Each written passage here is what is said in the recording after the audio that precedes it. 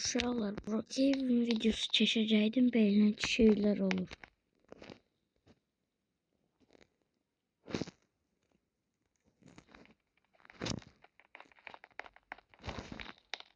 Kim eləyir bunu?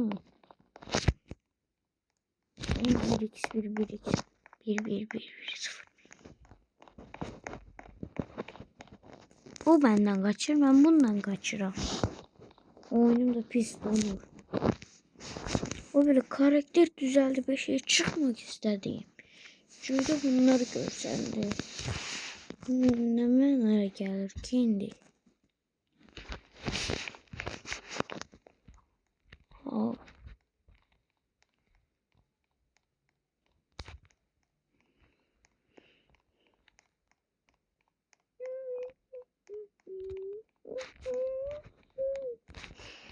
Aydat. Oyunum çok pis donur. Nəyin işarətidir bu? Yani ne olur? Kim eləyə bilər? Siz bu kodla olur. Kodla olursa mən de deyim, mən deyim.